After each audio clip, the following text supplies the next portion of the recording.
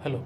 आजकल के बढ़ते हुए महंगाई से बचने के लिए पैसा सिर्फ बचाना ही काफ़ी नहीं है, पैसे को बढ़ाना भी ज़रूरी है। ये बात तो हम लोग सभी जानते हैं।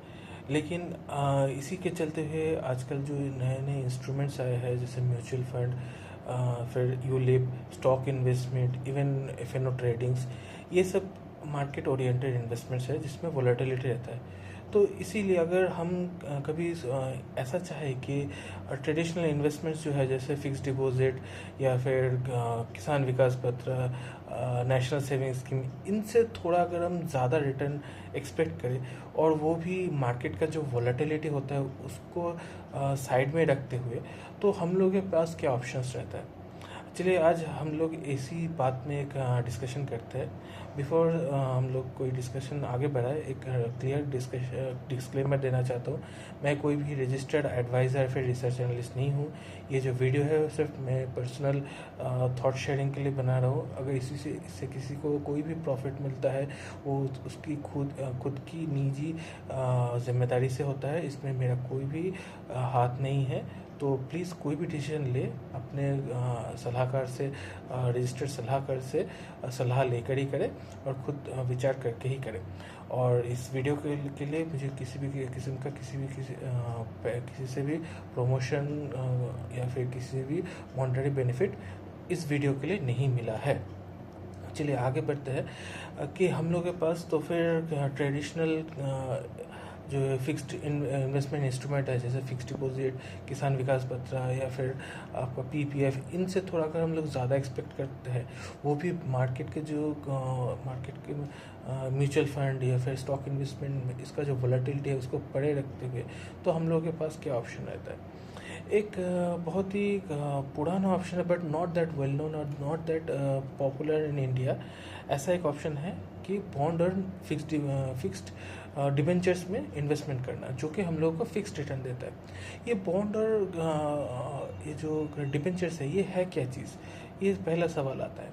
देखिए, हम लोग जब किसी बैंक में पैसा डिपॉजिट करता है, bank further down the line वो सेम मनी, सेम पैसा किसी और इंस्टीट्यूट को या फिर इंडिविजुअल को लोन के तौर पे दिया देता है। तो मतलब कि हम लोग जो बैंक में पैसा डाल रहे हैं, वो लोन के तौर पे किसी और के पास जा रहा है। यहाँ पे एक बैंक इंटरमीडिएट की तरह काम कर रहा है, जो कि एक रिस्क एब्जॉर्बर के तरीके से काम करता है।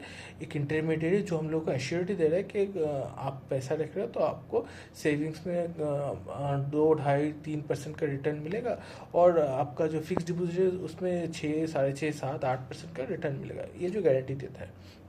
तो ऑन द कॉन्ट्रेरी, वो सेम पैसे को लेके किसी लेंडर, किसी बोरोअर को 8, 10, 12, 14, 15% पे फर्दर डाउन द लोन दिया जाता है। ये जो डिबेंचर्स है, ये क्या चीज़ है तो फिर, या फिर जो बॉन्ड्स है, बॉन्ड्स क्या है कि जो ये सेम इंस्ट्रूमेंट जब गवर्नमेंट इशू करता है तो उसको बॉन्ड बोलते हैं, और जो कोई प्राइवेट ऑर्गेनाइजेशन यूज़ कर उसे यूज़ करते हैं पैसा रेज करने के लिए, तो उसको डिबेंचर्स बोलते हैं। ये एक मोटा मोटा डिफरेंस है कि बॉन्ड होता है गवर्नमेंट की तरफ से, डिबेंचर्स होता है प्राइवेट कंपनीज की तरफ से। अब ये जो चीज़ है, वो है क्या चीज़। बेसिकली क्या होता है, जैसे कंपनी, बड़ा बड़ा कंपनी जैसे बैंक से उधार लिया लेते हैं, सिमिलर वे से वो लोग मार्केट से भी उधार ले सकते हैं। प्लीज़ माइंडेड, ये एक उधारी है, ठीक है। तो फिर वो लोग जब मार्केट से उधारी लेते हैं तो किससे लेते हैं, तो आम जनता, पब्लिक से उधारी लेते हैं, हम लोगों से उधारी लेते हैं।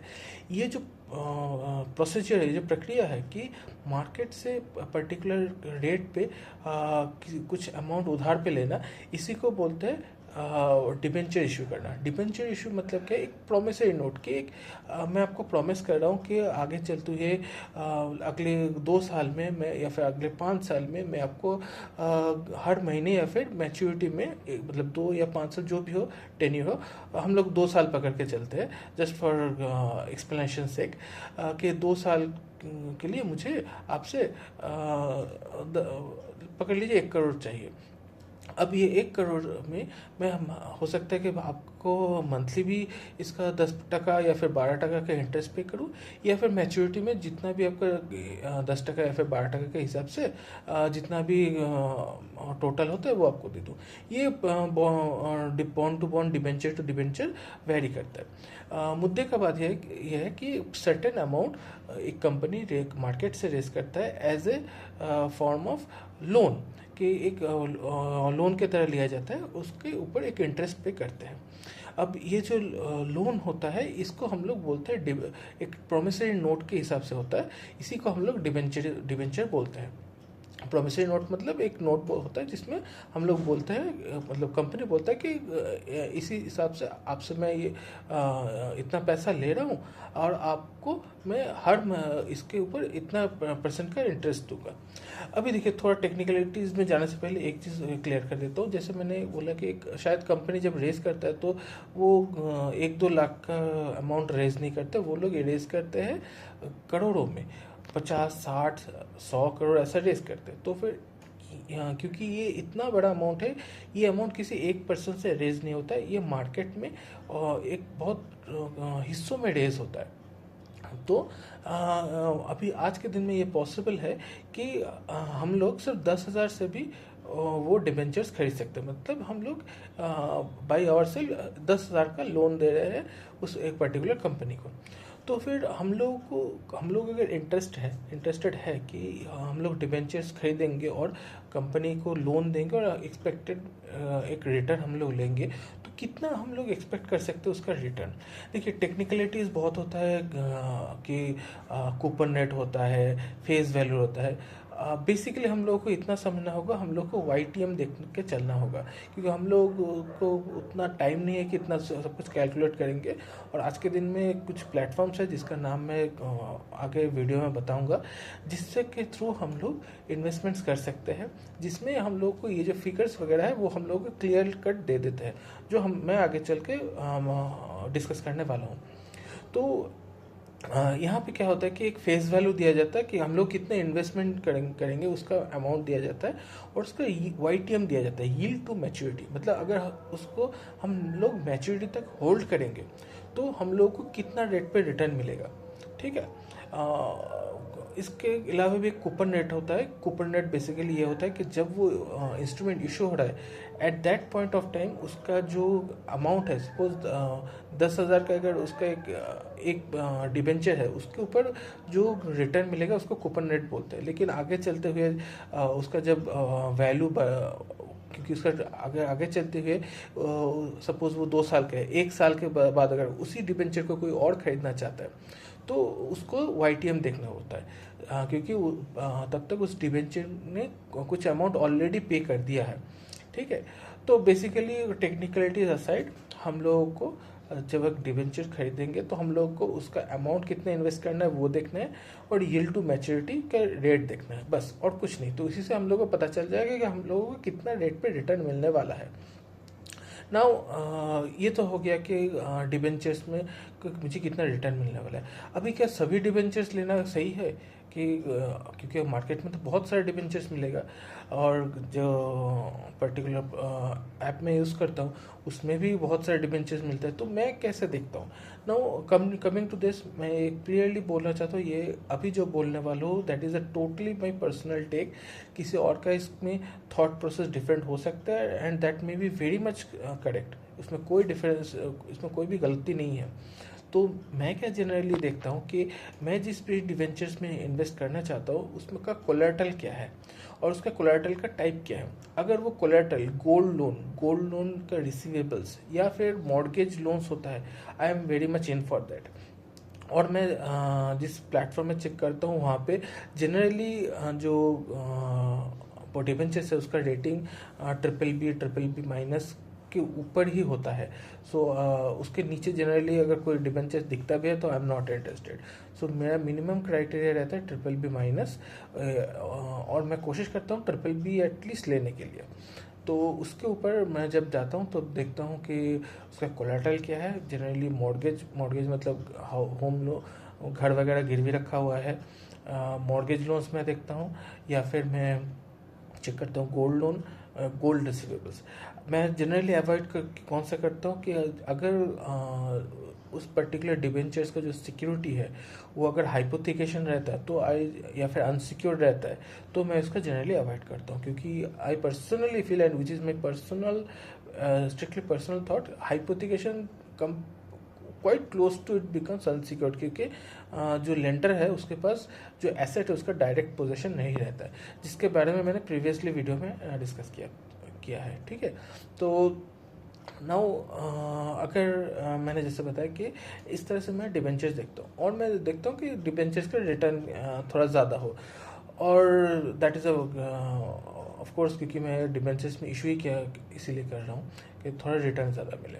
और डिफरेंट टाइम में मैं डिफरेंट कंपनीज़ का डिबेंचर्स में भी इन्वेस्ट करता हूँ, ताकि मेरा थोड़ा हो सके, थोड़ा ही सही लेकिन थोड़ा डाइवर्सिफिकेशन रहे। सो फाइनली अभी के तो अगर डिबेंचर्स, इतने सब कुछ तो मैंने अच्छा क्या है वो बता दिया, तो इसमें रिस्क क्या रहता है? देखिए, रिस्क सिर्फ एक ही रहता है, वो है कंपनी। मतलब अगर जिस कंपनी को मैं लोन दे रहा हूँ बाई परचेसिंग देयर डिबेंचर्स, अगर वो कंपनी ही किसी तरह से फेल हो जाए, तो फिर फेल होना मतलब वो पूरा कंपनी का स्ट्रक्चर फेल होना होगा, तभी जाके वो डिबेंचर्स डिफ़ॉल्ट हो सकता है। जैसे पहले के टाइम पे बहुत सारे डीएलएफ वगैरह का, डीएलएफ नहीं शायद, सॉरी, शायद वो कंपनी जो कंस्ट्रक्शन कंपनीज वगैरह थे जिसमें दिक्कत आया था, अभी नाम याद नहीं आ रहा है, सॉरी, मैंने अगर नाम गलत लिया होगा तो उसके लिए अगेन मैं सॉरी बोलना चाहूँगा। तो पहले ऐसा कोई कंस्ट्रक्शन कंपनी होता है जिसकी वजह से येस बैंक को इतना प्रॉब्लम हुआ था, तो ऐसा अगर केसेस होता है तभी जाके प्रॉब्लम होगा, which is very very very minimum, possibility इसका मिनिमम है। तो ये उतना भी डरने का बात नहीं है, क्योंकि रेटिंग वगैरह देख के आजकल दिया जाता है, और आजकल जो रेटिंग स्टैंडर्ड है वो बहुत ही स्ट्रिक्ट हो गया है।